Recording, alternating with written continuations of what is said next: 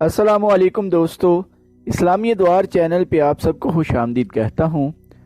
آج میں آپ کے لیے شمشیر بے نیام کی 60ویں ایپیسوڈ لے کے آیا ہوں۔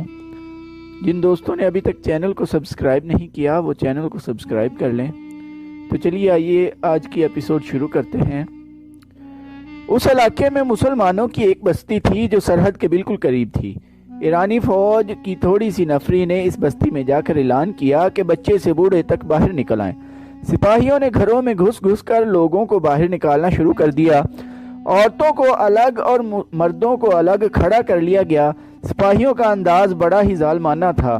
وہ گالیوں کی زبان میں بات کرتے اور ہر کسی کو دھکے دے دے کر ادھر سے ادھر کرتے تھے۔ انہوں نے اعلان کیا کہ ان آدمیوں کے نام بتاتے جائیں اور ان کے گھر دکھاتے جائیں جو بستی میں نہیں ہیں۔ تمام آبادی خاموش رہی۔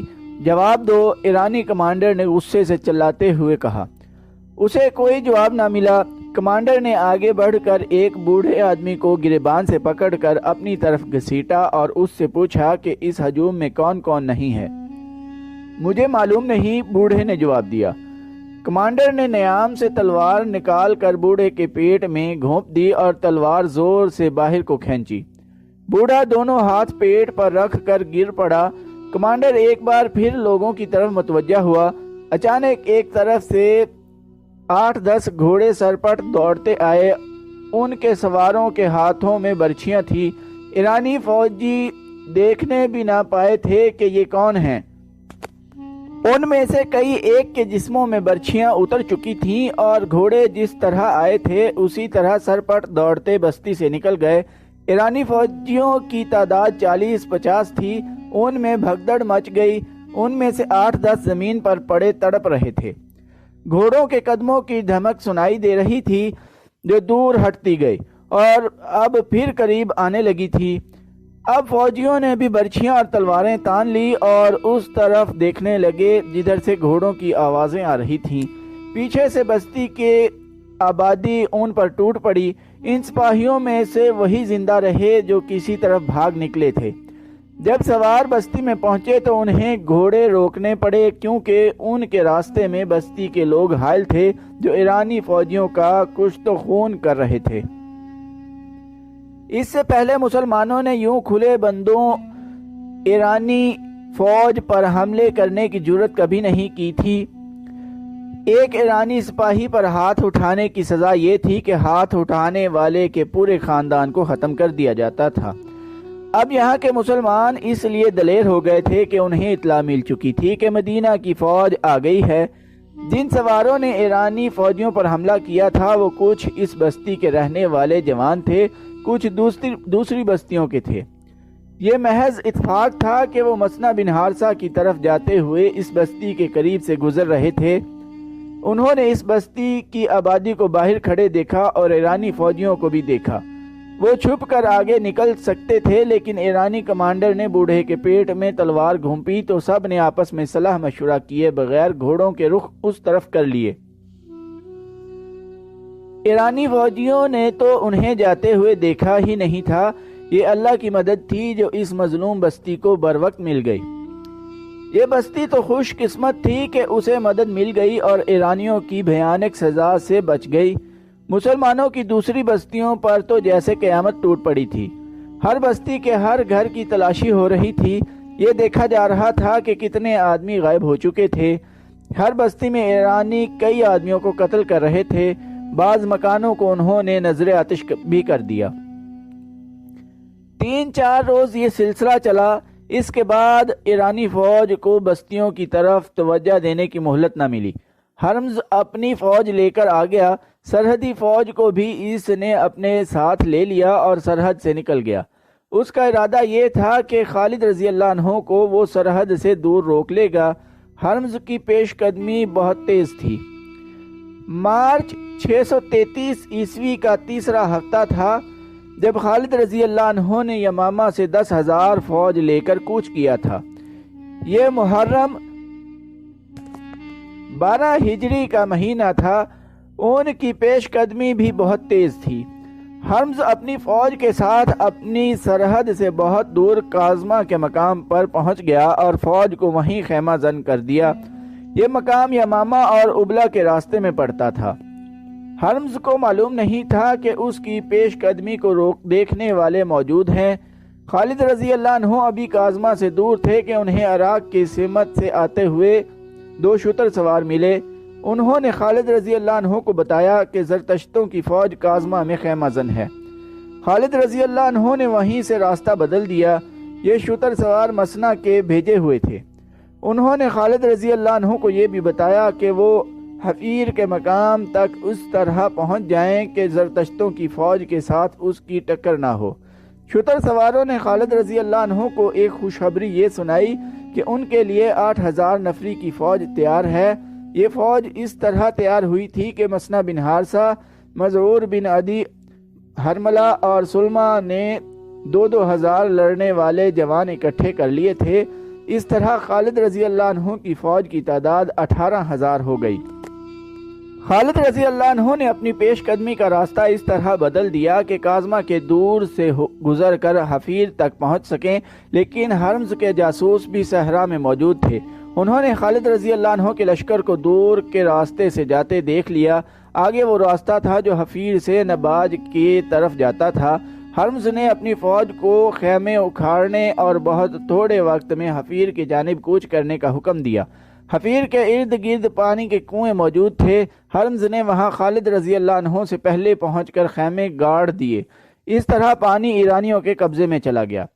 خالد رضی اللہ عنہ ابھی حفیر سے کچھ دور تھے کہ ایک بار پھر دونوں شتر سوار ان کے راستے میں آ گئے اور خالد رضی اللہ عنہ کو اطلاع دی کہ دشمن حفیر کے مقام پر پانی کے کنویں پر قابض ہو چکا ہے۔ خالد رضی اللہ عنہ نے کچھ اور آگے جا کر ایسی جگہ پڑاؤ کا حکم دے دیا جہاں دور دور تک پانی کی ایک بوند نہیں مل سکتی تھی۔ فوج نے وہاں پڑاؤ تو ڈال دیا، لیکن خالد رضی اللہ عنہ کو بتایا گیا کہ فوج میں بے اطمینانی پائی جاتی ہے کہ پڑاؤ ایسی جگہ کیا گیا ہے جہاں دور دور تک پانی کا نام و نشان نہیں۔ میں نے کچھ سوچ کر یہاں پڑاؤ کیا ہے، خالد رضی اللہ عنہ نے کہا۔ تمام لشکر سے کہو کہ دشمن اگر پانی پر قابض ہے تو پریشان نہ ہو۔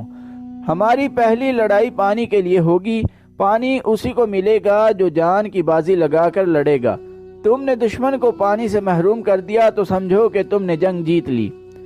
سالار اعلیٰ کا یہ پیغام سارے لشکر کو سنا دیا گیا اور سب ایک خون ریز جنگ لڑنے کے لیے تیار ہو گئے۔ اب لشکر کی نفری 18,000 ہو گئی تھی۔ مسنہ بن حارثہ، مذعور بن عدی، حرملہ اور سلمہ 2,000 آدمی ساتھ لیے خالد رضی اللہ عنہ سے آ ملے تھے۔ خالد رضی اللہ عنہ نے جو ایلچی ہرمز کے پاس بھیجا تھا وہ بھی اسی پڑاؤ میں خالد رضی اللہ عنہ کے پاس آیا اور بتایا کہ ہرمز نے اس کے ساتھ کیسا توہین آمیز سلوک کیا ہے۔ اس کی 1,00,000 درہم کی ٹوپی نے اس کا دماغ خراب کر رکھا ہے۔ مسنہ بن حارثہ نے جو پاس ہی بیٹھا ہوا تھا کہا، خدا یہ نہیں دیکھتا کہ کسی انسان کے سر پر کیا رکھا ہے، خدا تو دیکھتا ہے کہ اس کے سر کے اندر کیا ہے، اس کے عزائم کیا اور اس کی نیت کیا ہے اور وہ سوچتا کیا ہے۔ 1,00,000 درہم کی ٹوپی؟ خالد رضی اللہ عنہ نے حیران ہو کر پوچھا، کیا ہرمز اتنی قیمتی ٹوپی پہنتا ہے؟ فارس کی شہنشاہی کا ایک دستور ہے، مسنہ بن حارثہ نے جواب دیا۔ ان کے ہاں حسب و نسب اور حیثیت کو دیکھ کر اس کے مطابق ٹوپی پہنائی جاتی ہے جو ان کے شہنشاہ کی طرف سے عطا ہوتی ہے۔ زیادہ قیمتی ٹوپی صرف وہ افراد پہنتے ہیں جو اعلیٰ حسب و نسب کے ہوں اور جنہوں نے رعایا میں بھی اور شاہی دربار میں بھی توقیر اور وجاہت حاصل کر رکھی ہو۔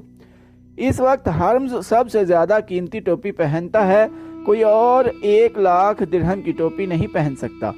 اس ٹوپی میں بیش قیمت ہیرے لگے ہوئے ہیں اور اس کی کلگی بھی بہت قیمتی ہے۔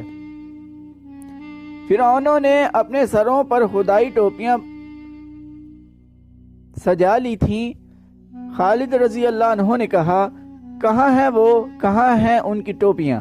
مجھے کسی کی بیش قیمت ٹوپی مرعوب نہیں کر سکتی، نہ کسی کی ٹوپی تلوار کے وار کو روک سکتی ہے۔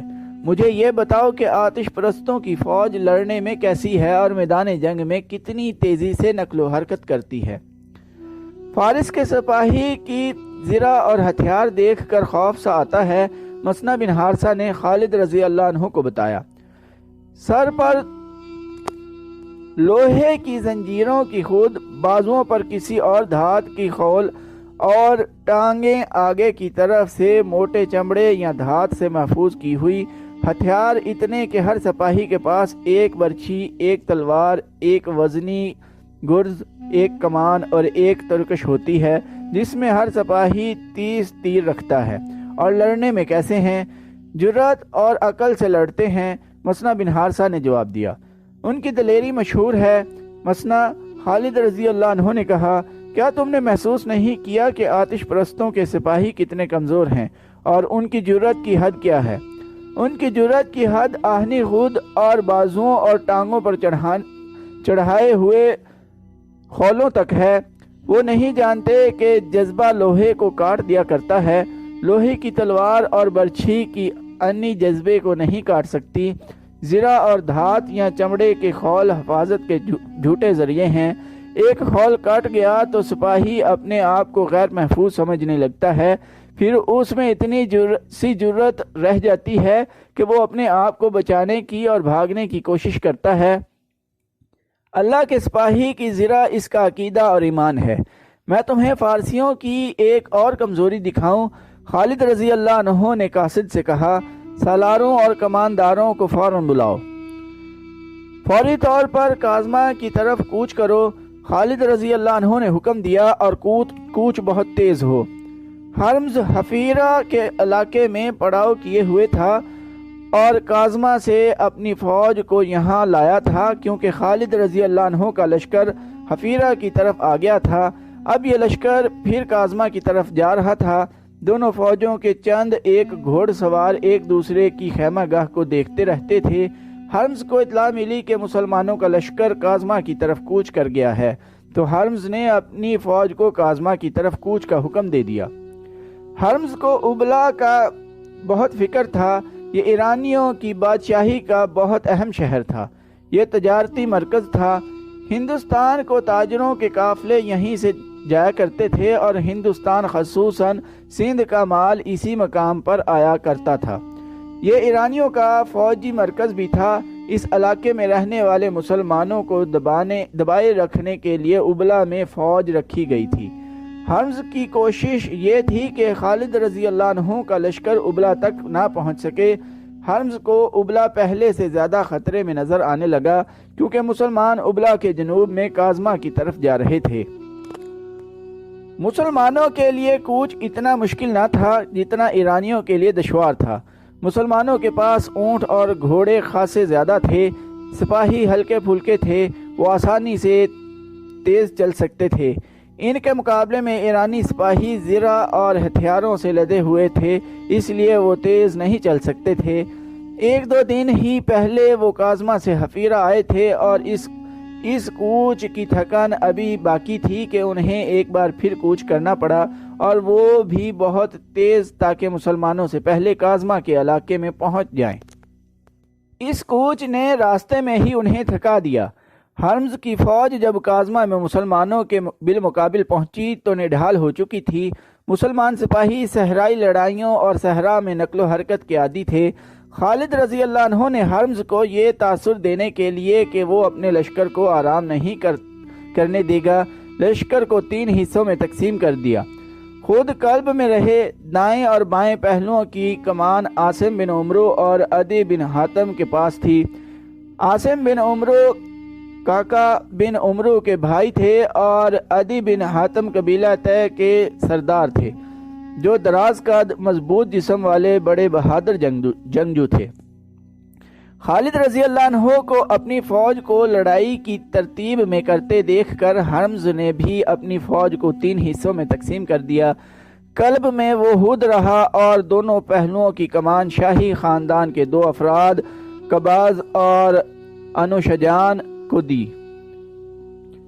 ہرمز دیکھ رہا تھا کہ اس کی فوج پسینے میں نہا رہی ہے اور سپاہیوں کی سانسیں پھولی ہوئی ہیں۔ انہیں آرام کی ضرورت تھی، لیکن مسلمان جنگی ترتیب میں آ چکے تھے۔ ہرمز نے اپنی فوج کی ترتیب ایسی رکھی کہ کاظمہ شہر اس کی فوج کے پیچھے آ گیا۔ ان کے سامنے ریگستانی میدان تھے اور ایک طرف بے آب و گیا ٹیلا نما پہاڑیوں کا سلسلہ تھا۔ خالد رضی اللہ عنہ نے اپنی فوج کو اس طرح آگے بڑھایا کہ یہ پہاڑی سلسلہ ان کی پشت کی طرف ہو گیا۔ اپریل 633 عیسوی کے پہلے ہفتے کا ایک دن تھا جب مسلمان پہلی بار آتش پرست ایرانیوں کے مقابل آئے۔ اگر خالد رضی اللہ عنہ بن ولید مارا جائے تو یہ مارکا بغیر لڑے ختم ہو سکتا ہے، حرمز کے ایک سالار نے اسے کہا۔ مسلمان جو اتنی دور سے آئے ہیں اپنے سالار کی موت کے بعد ہمارے مقابلے میں ٹھہر نہیں سکیں گے۔ فوج سے کہو زنجیریں باندھ لیں، حرمز نے سالار سے کہا۔ میں ان کے سالار کا بندوبست کرتا ہوں، سب سے پہلے یہی مرے گا۔ اس نے سالار کو بھیج کر اپنے محافظوں کو بلایا اور انہیں کچھ بتایا۔ زنجیریں باندھ لینے کا مطلب یہ تھا کہ ایرانی فوج کے سپاہی اپنے آپ کو اس طرح زنجیروں سے باندھ لیتے تھے کہ 5 سے 10 سپاہی ایک لمبی زنجیر میں بندھ جاتے تھے۔ ان کے درمیان اتنا سا فاصلہ ہوتا تھا کہ وہ آسانی سے لڑ سکتے تھے۔ زنجیریں باندھ کر لڑنے سے ایک فائدہ یہ ہوتا تھا کہ کوئی سپاہی بھاگ نہیں سکتا تھا۔ دوسرا فائدہ یہ کہ ان کے دشمن کے گھوڑ سوار جب ان پر ہلا بولتے تھے تو سپاہی زنجیریں سیدھی کر دیتے۔ زنجیریں گھوڑوں کی ٹانگوں کے آگے آ جاتی اور گھوڑے گڑ پڑتے تھے۔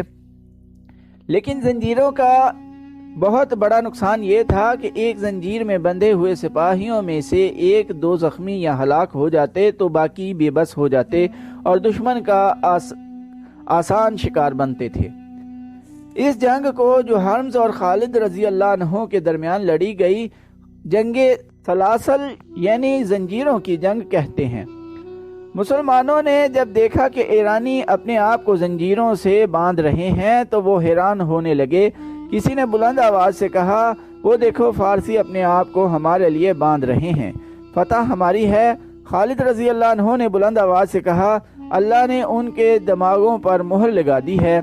خالد رضی اللہ عنہ نے جو کچھ سوچ کر کاظمہ سے حفیر اور حفیر سے کاظمہ کو کوچ کیا تھا وہ فائدہ انہیں نظر آ گیا تھا۔ حرمز کی فوج جو زرہ اور ہتھیاروں سے لدی ہوئی تھی لڑائی شروع ہونے سے پہلے ہی تھک گئی تھی۔ خالد رضی اللہ عنہ نے ایرانیوں کو آرام کی مہلت نہیں دی تھی۔ اب ایرانیوں نے اپنے آپ کو زنجیروں میں باندھ لیا تھا۔ خالد رضی اللہ عنہ نے سوچ لیا کہ وہ کیا چال چلیں گے اور ایرانیوں کو کس طرح لڑائیں گے۔ حرمز نے اپنے گھوڑے کو ایڑ لگائی اور دونوں فوجوں کے درمیان ایسی جگہ آ کر رک گیا جہاں زمین کٹی پھٹی اور کہیں کہیں ٹیلے تھے۔ اس کے محافظ اس سے کچھ دور آ کر رک گئے۔ تو دوستو آج کی ایپیسوڈ ادھر ہی ختم کرتے ہیں۔ چینل کو سبسکرائب کرنا نہ بھولیے گا، لائک، کمنٹ اور شیئر بھی ضرور کیجیے گا۔ ٹائم دینے کے لیے شکریہ۔ اللہ حافظ۔